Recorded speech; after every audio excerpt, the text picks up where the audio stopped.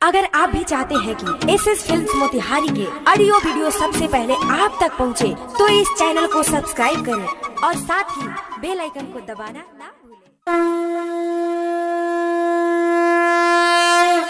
बोला बोला शंकर भगवान की। Presented by SS Films Motihari. Music by Saurabh Aishwarya.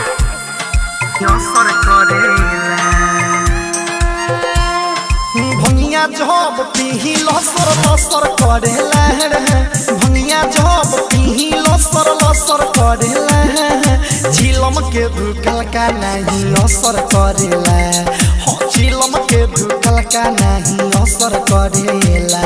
भंगिया जब पीही लसर लसर करेला रे, भंगिया जब पीही लसर लसर करेला, झिलम के धुकल का नहीं असर करेला, हो गांजा के पियल का नहीं असर करेला।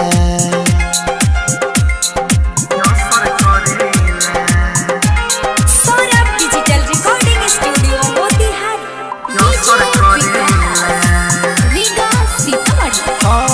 सिगरेट या खैनी से भरे न मन हो, खैला पर गुटका माथा कोरटा ना तो न हो।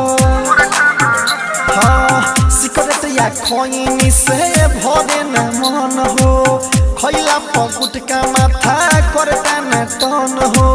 बोलबम के नारा तुला गालो ये भाई, रास्ता में कोनो कठी नहीं नया, रास्ता में कोनो कठी नहीं नया। चलला पो कांवर मचर मचर करेला, चलला पो कांवर मचर मचर करेला, चिलम के धुकल का नहीं असर करेला, हो गांजा के पियल का नहीं असर करेला। बोला बोला बाबा महेंद्रनाथ की।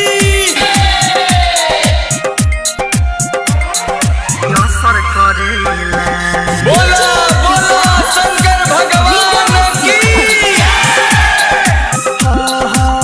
सौरभ सुधीर बम के बाटे न जोड़ा, धुकोता सिगरेट गांजा जाके ई कोरा,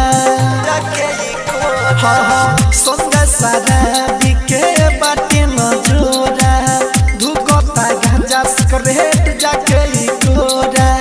किसन संभारता सब कानू कावर, बोलबम बोल मिठू बढ़ जाई पावर, बोलबम बोल रूपलाल बढ़ जाई पावर।